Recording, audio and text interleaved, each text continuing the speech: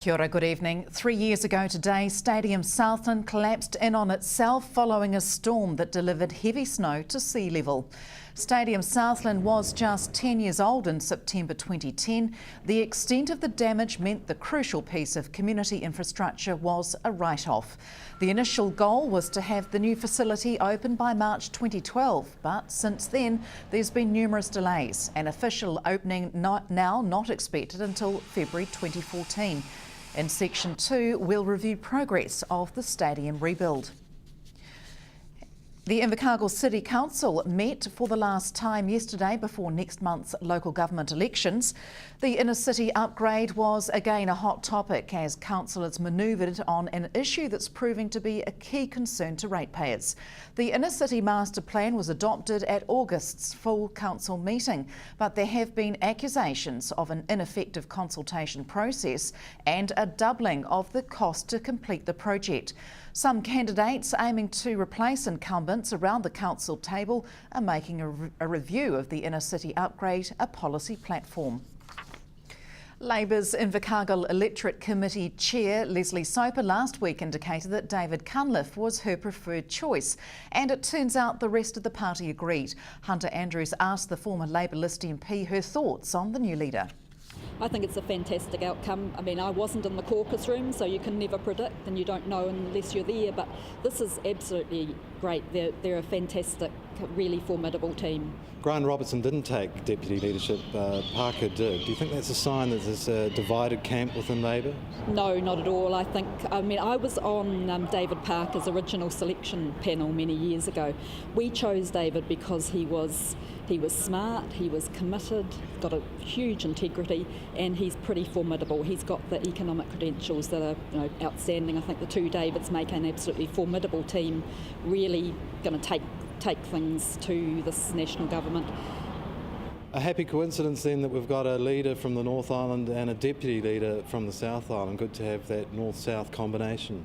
I think that that's a great outcome. I mean, at the back of your mind as a South Islander, you're always hoping there's going to be a South Islander in that leadership team. And of course, this reminds me absolutely of Helen Clark and Michael Cullen, another absolutely formidable team that took the fight very much to a national government and were economically and socially a very successful leadership combination. David Cunliffe wouldn't have walked away from his first time opposing the Prime Minister in the House with wouldn't be pleasurable memories, really. It wasn't a great day in the House for him, was it? Onwards and upwards. David is a wonderful debater. I've been in Parliament with him many times and I've worked with him. He's a guy who's got so much to offer, and wait for it, he's formidable. National politics seems to be at the moment all about quite Auckland-centric. Do you think are we going to get a visit from the new leader and down here in Southland and get us a chance to air our concerns? Absolutely, no doubt about that. The invitation's already in to David Cunliffe, very much so, and David Parker, who's been our support MP down here for a long time. Accident Compensation Corporation is looking at dropping levy rates for private motor vehicles. The Motor Trade Association says ACC's proposal to base private motor vehicle levies on safety ratings is a welcome move. Safety ratings would be based on how well vehicles protect occupants from injury in a crash situation and could save up to $100 a year for private passenger petrol and diesel vehicles in the 2014 to 15 year. First-time parenting is a huge adjustment, according to Invercargill psychologist Kay McKenzie. She says there are many reasons why relations between parent and baby dislocate, and when things go wrong, early intervention is key. Some key ones in the early weeks of child's life would be the arousal relaxation neural pathways, and we can get quite fixated about how do we get our babies to sleep, and for good reason, because we're trying to get a rhythm going for the child. We're trying to get them to sleep long enough. When they are awake, we want them to be alert but relaxed, and then we want to be able to soothe them. And so that's the arousal relaxation neural pathways. You have your stress response pathways. So at what point do they get stressed? How long do they stay stressed? How prone are they to producing stress hormones? How long do those endure after the stressor finishes? Like how easy are they to soothe? What does soothe them? And also their reward pathways in the brain. So what they find exciting, what they find stimulating, what they find soothing, And so that brain architecture is there, and if that gets dislocated through frightened kind of parenting, maybe a parent has lost confidence, maybe a parent is so burdened by circumstances, there may be domestic violence or poverty or stress, or a parent may be really struggling to adapt to the change of becoming a parent. There may be a lack of support. Their role as a parent isn't celebrated. Struggling with those causes, what will the child experience, and how far will that take those feelings go with them in life?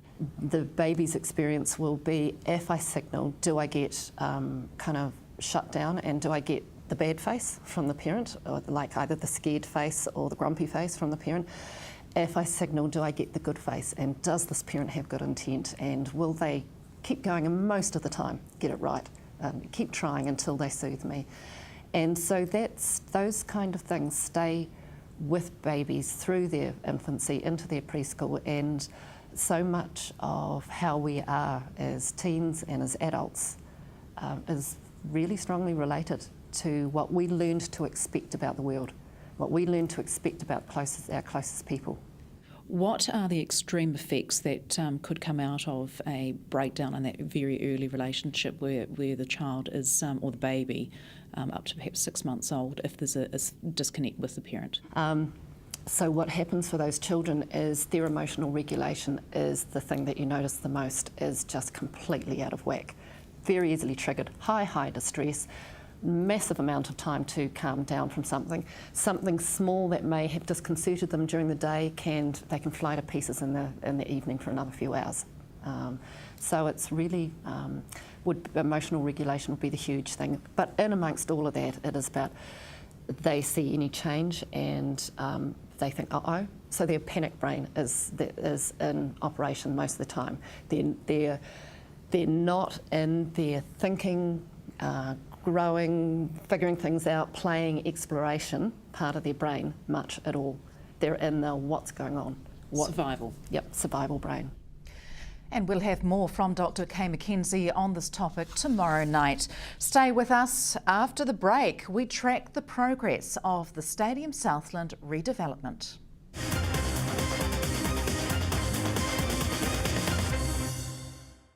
Welcome back. We return now to the 3-year anniversary of the collapse of Stadium Southland. Our cameras have been following the rebuild's progress. It looks like a bomb went off. This is what is left of Stadium Southland. Just 10 years old, the world-class sporting facility is destroyed. We've lived the dream for 10 years and we're devastated. She's down. Obviously it's the first phase, but from our perspective, the contractors are in front of themselves, which is great, and certainly made fantastic progress. And there is a lot of work to be done in the next 12 months, isn't there? Tight time frame. Oh, very tight time frame, no question about that. But we're working progressively through each phase, which is the important part. And once we get the main contractor on site, then things will obviously go up reasonably quickly. But certainly the time frames are very, very tight. May the 12th is the critical date from the tendering process. So there's been 5 preferred tenders gone out, and they'll get their prices back into the project team on the 12th of May. And we'd expect through a process that the tender will be let and we would have a contractor on site within a couple of days of the 12th of May. When do you think at this stage that the stadium might be completed? I guess that's the $33 million question, Sarah, but look, all going well in a good winter and things, we'd expect to be around that November stage, but certainly before Christmas we'd like to think that the building will be complete. Well, it's game on-ish, and 2012 runs into 2013, so we're sort of, we've got everything crossed really. If we could just get a good spell of weather, look, we're pretty confident at the end of the year, early 2013, certainly we'll be ready for the winter season next year, and we're sort of planning around that mid-February time to do so. A lot of work to do, but we are progressing, and what we can say is we are going to have a world-class facility by the time 2013 comes around. Had some weather delays been factored into the time frame of the rebuild? Always is in a big project like this, obviously quite clearly, right through the project there's contingencies around that where we can work on other fronts, and we're still on that February opening date really, but we wouldn't want it to be, wouldn't want any more weather to impact on the major project at the moment. The rebuild of Stadium Southland has been delayed again, with the finish date pushed back to July 2013. To do with possibly more strengthening of steel, certainly more piling, certainly more flooring, and or design of the telescopic seating. The only place in New Zealand that's had to have it fixed to a back wall and for safety in case we have a major earthquake. So lots and lots of things like that. But basically bringing everything up from 12 years ago into the new earthquake standards. That's the goal. The Southland Indoor Leisure Centre Charitable Trust are absolutely adamant that we need to reach that goal by the end of July. We've got a lot of forward bookings from the start of August 2013, so really looking forward to having the building completed so that the community can get back and to use the venue. Time frames, without question, where the sand's moved. The rebuild of Stadium Southland has been delayed yet again, with the completion date being pushed out a further 3 months. The redevelopment had been expected to be completed by July 25th, but that's been revised to late October. Since the rebuild began, the completion date has changed half a dozen times. What we've just recently found out through the scoping of the job of work is that it was underestimated, and the scope and the extent of the work that needs done to bring the stage or the core block up to current code is significantly more than what was first thought. And we've only just found that out after waiting for just over 2 months for that to be designed and peer reviewed and costed. Mr Dennis says he doesn't believe there is anyone to blame for this delay. Obviously people look to point the finger pointing, but in my experience this is just one of those things that happens. It's unfortunate, and I don't believe that anyone could have had a crystal ball to realise that something that was perceived to be untouched during the fall required so much remedial work, in fact a complete rebuild. Call it November.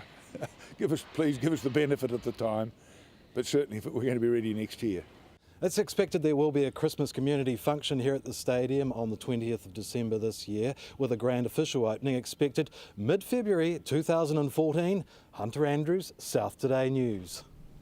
And we're looking forward to that. And that brings news to a close. Coming up in sport, former All Black Frank Bunce. That's after the weather next from the news team. Good night.